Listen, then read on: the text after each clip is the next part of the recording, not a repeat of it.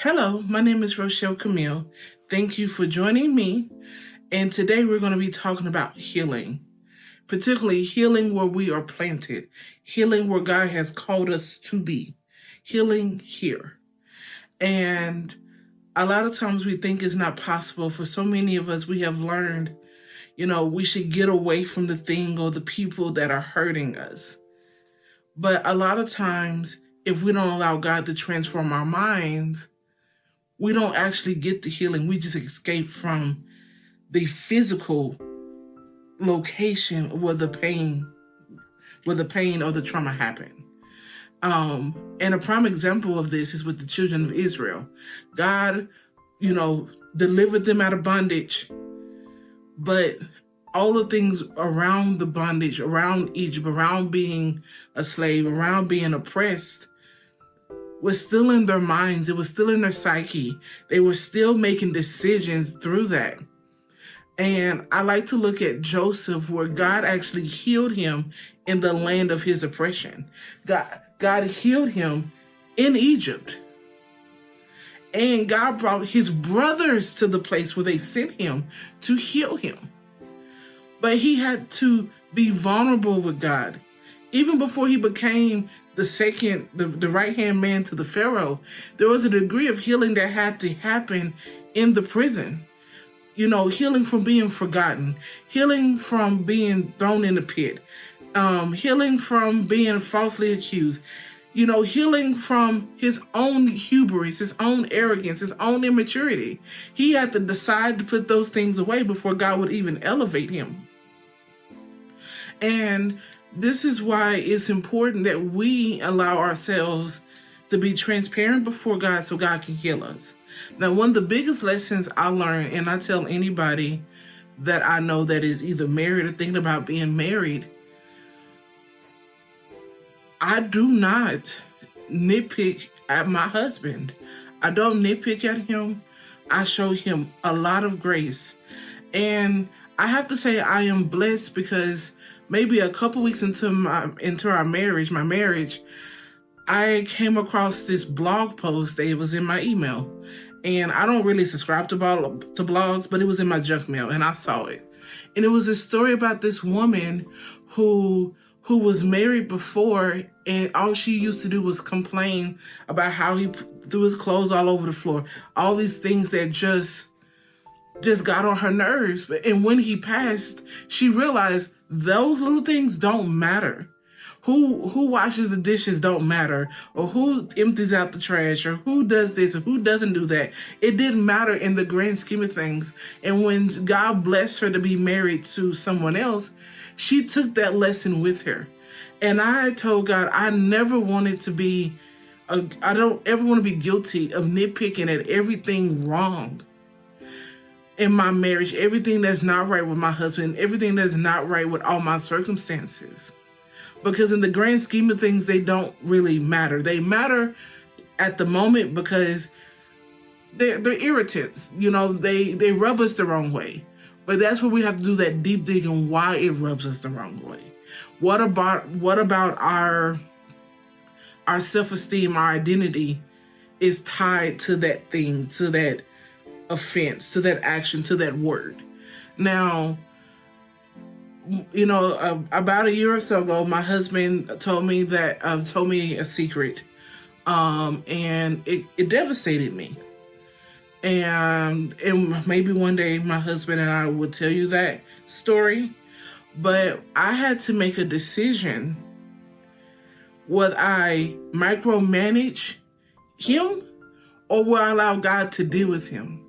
And when I told him, I'm not going to micromanage you, I'm going to allow God to deal with you, because it took the pressure off of me to regulate him. It took the pressure off of me of knowing every little thing. It took the pressure off of me of loving him from an insecure place. And when I did that, God began to deal with me, and he healed me. He healed me with the walks. He healed me. He healed our marriage with us doing hikes every weekend during the summer, spring and fall. He healed our marriage through learning how to teaching my husband how to cook and bake from scratch. Like the things I never thought God could use to heal, he healed. But he didn't only heal that wound, he healed wounds that were created, I would say at least 3 or 4 or 5 years before I met my husband. But it took me being vulnerable. It took me choosing grace and love over self-righteousness and arrogance. It took putting pride down, because pride will keep you from your healing. Think about Naaman, the Philistine warrior who had leprosy. And the Hebrew slave girl told him about a prophet that could heal him. And Elisha didn't even go see him. Told the the prophet told the servant, tell him to go dip in the river 7 times. And this river wasn't a Philistine river. This river wasn't necessarily the cleanest river. And at first, Naaman was like, I ain't doing this. And the little Hebrew girl said, you would do things that are so mighty. Why can't you do this little thing? Why can't you put down your pride? Why can't you take off your armor? Why can't you surrender, be vulnerable enough to go dip into the water?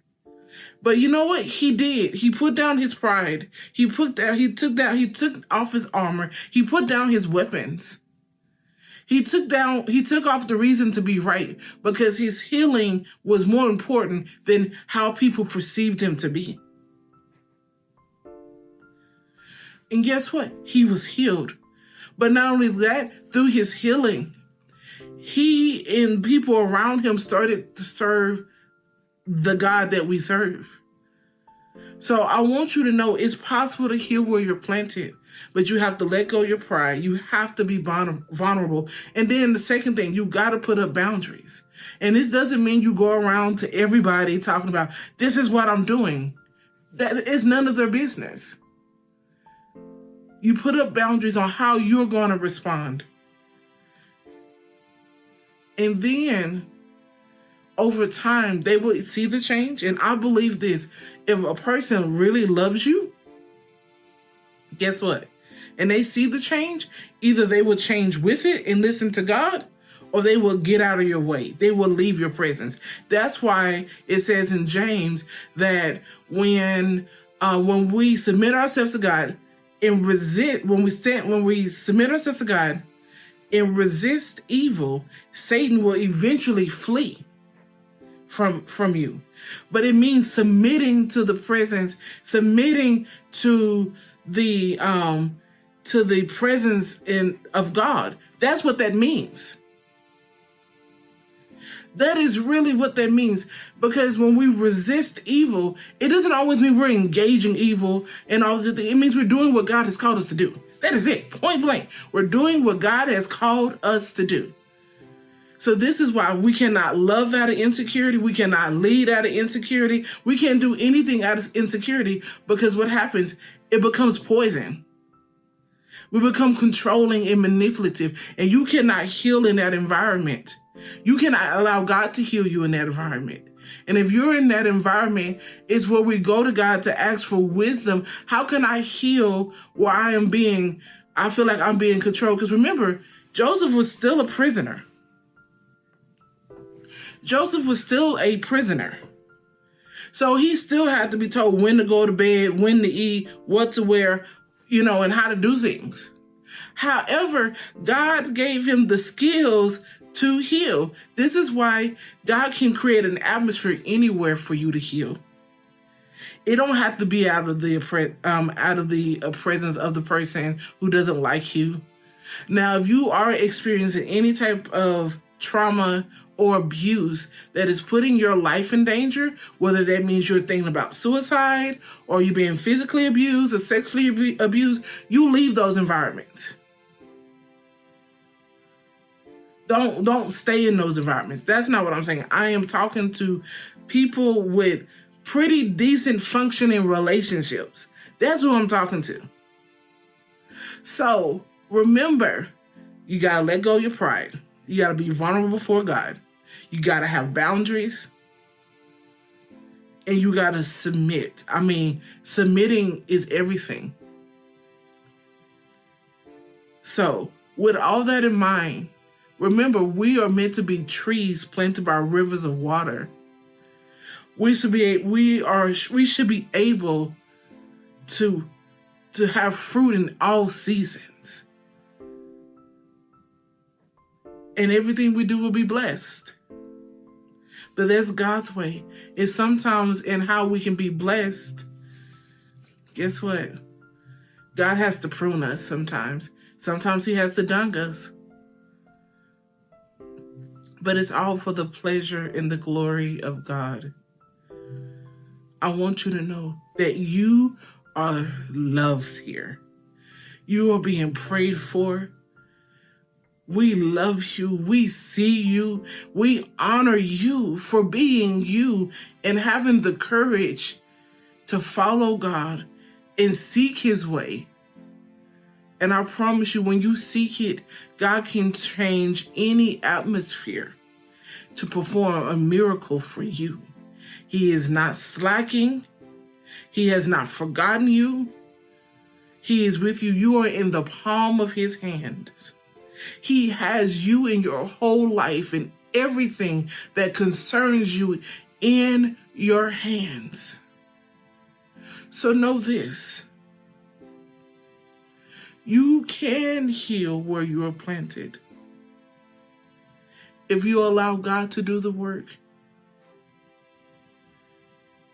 I love you and have a great day. Remember, please subscribe and like this video. I see you later. Hello, once again. I have to make some corrections to my video. Now, I said Naaman was Philistine. He was not. He was Syrian. And also, too, I meant at the end that God has everything that concerns you in his hands. The scriptures I am referring to is Psalms 1 and Genesis 50. I want you to know again, you are loved, you are seen, you are heard, and we are praying for you. We are praying that your faith fails not. And have a wonderful day.